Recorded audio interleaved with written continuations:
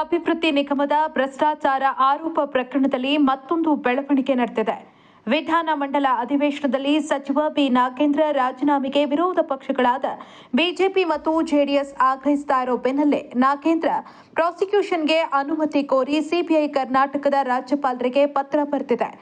ಒಂದು ವಾರದ ಹಿಂದೆಯೇ ಸಿಬಿಐ ರಾಜ್ಯಪಾಲ ಥಾವರ್ ಚಂದ್ ಗೆಹ್ಲೋಟ್ ಅವರಿಗೆ ಪತ್ರ ಬರೆದಿದ್ದು, ಇನ್ನೂ ಕೂಡ ರಾಜ್ಯಪಾಲರು ಯಾವುದೇ ನಿರ್ಧಾರ ಕೈಗೊಂಡಿಲ್ಲ. ಪ್ರಾಸಿಕ್ಯೂಷನ್ಗೆ ಅನುಮತಿ ವಿಚಾರದಲ್ಲಿ ರಾಜ್ಯಪಾಲರು ಕಾನೂನು ಸಲಹೆ ಪಡೆಯುತ್ತಿದ್ದಾರೆ ಅನ್ನೋ ಮಾಹಿತಿ ಲಭ್ಯವಾಗಿದೆ. ಕಳೆದ ಮೇ 20ರಂದು ಸಿಬಿಐ ವಾಲ್ಮೀಕಿ ನಿಗಮದ ಹಣ ವರ್ಗಾವಣೆ ಸಂಬಂಧ ಚಾರ್ಜ್ ಶೀಟ್ ಸಲ್ಲಿಸಿತ್ತು. ಸಚಿವ ನಾಗೇಂದ್ರ ಮತ್ತು ಬ್ಯಾಂಕ್ ಅಧಿಕಾರಿಗಳ ಪಾತ್ರದ ಬಗ್ಗೆ ಚಾರ್ಜ್ ಶೀಟ್ನಲ್ಲಿ ಸಿಬಿಐ ಉಲ್ಲೇಖಿಸಿತ್ತು. ಆದರೆ ಸಿಬಿಐ ರಾಜ್ಯಪಾಲರಿಗೆ ಪತ್ರ ಬರೆದಿರುವ ವಿಚಾರಕ್ಕೆ ಕಾಂಗ್ರೆಸ್ ಪಕ್ಷ ಕಿಡಿಕಾರಿದೆ. ರಾಜ್ಯಪಾಲರಿಗೆ ಪತ್ರ ಬರೆದಿರುವ ವಿಚಾರ ರಾಜ್ಯ ಸರ್ಕಾರಕ್ಕೆ ಗೊತ್ತಿಲ್ಲ.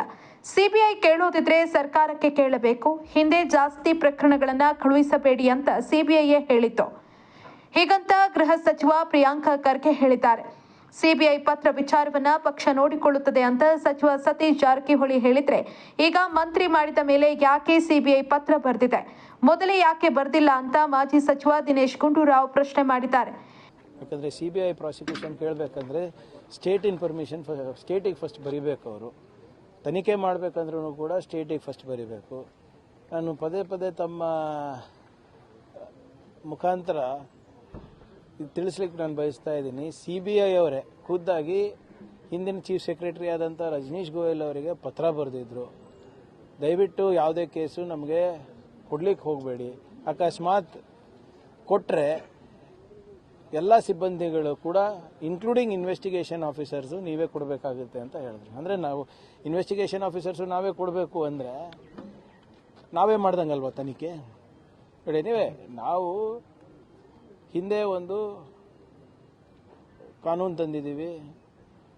ಸಿಬಿಐ ಅವರು ಏನೇ ತನಿಖೆ ಮಾಡಬೇಕಂದ್ರೂ ಅಥವಾ ಪ್ರಾಸಿಕ್ಯೂಷನ್ ಮಾಡಬೇಕಂದ್ರೂ ನಮ್ಮ ಹತ್ರ ಒಂದು ಅನುಮತಿ ಕೇಳಬೇಕು ಅಥವಾ ನಮ್ಮ ಅಭಿಪ್ರಾಯ ಕೇಳಬೇಕು ಅಂತ. ಅಂಥದ್ದು ಯಾವುದೂ ಬಂದಿಲ್ಲ ಅಂತ ನಾನು ಭಾವಿಸ್ತಾ ಇದ್ದೀನಿ.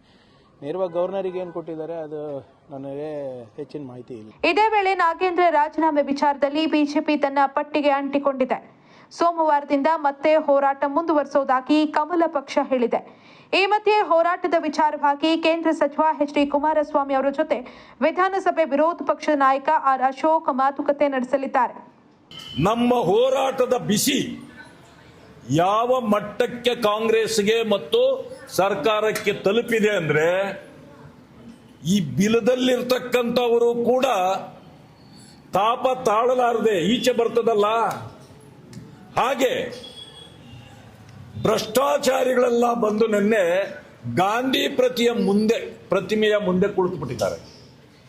ಅಂದ್ರೆ ಎಷ್ಟು ತಾಪ ನಿಮಗೆ ತಟ್ಟಿದೆ ಅನ್ನೋದು ಇದರಿಂದ ಗೊತ್ತಾಗತ್ತೆ. ವಿರೋಧ ಪಕ್ಷದವರು ಸಹಜ ಹೋರಾಟ ಮಾಡೋದು, ಯಾಕೆಂದ್ರೆ ಅಧಿಕಾರ ನಮ್ಮ ಕೈಯಲ್ಲಿ ಉತ್ತರ ಕೊಡಲಿಕ್ಕೆ ಇರೋದಿಲ್ಲ. ಆ ಕಾರಣದಿಂದ ಹೋರಾಟ ಮಾಡಬೇಕು.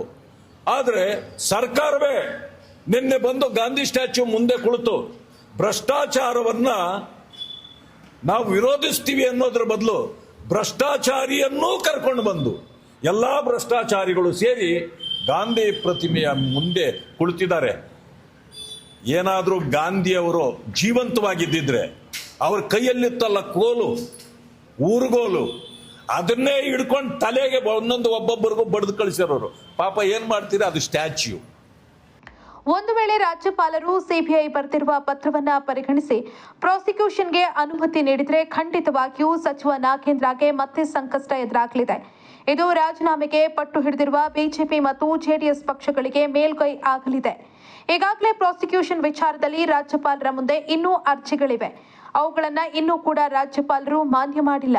ಹಾಗಾಗಿ ಈಗ ನಾಗೇಂದ್ರ ವಿಚಾರದಲ್ಲಿ ರಾಜ್ಯಪಾಲ ಥಾವರ್ ಚಂದ್ ಗೆಹ್ಲೋಟ್ ಅವರ ನಿರ್ಧಾರ ಯಾವ ರೀತಿ ಇರಲಿದೆ ಅನ್ನೋದು ಕುತೂಹಲದ ಕೇಂದ್ರ ಬಿಂದುವಾಗಿದೆ. ವೀಕ್ಷಕರೇ, ಇಂತಹ ಹೊಸ ನ್ಯೂಸ್ ಅಪ್ಡೇಟ್ಸ್ಗಳಿಗಾಗಿ ನಮ್ಮ ಸೆಂಚುರಿ ಟಿವಿ ಚಾನೆಲ್ ಅನ್ನು ಸಬ್ಸ್ಕ್ರೈಬ್ ಮಾಡ್ಕೊಳ್ಳಿ. ನಿಮ್ಮ ಅನಿಸಿಕೆಗಳನ್ನು ಕಾಮೆಂಟ್ ಮಾಡಿ. ಹಾಗೆ ಈ ವಿಡಿಯೋ ಇಷ್ಟವಾದಲ್ಲಿ ಶೇರ್ ಮಾಡಿ. ಬದಲಾವಣೆ ಕಡೆ ನಮ್ಮ ನಡೆ.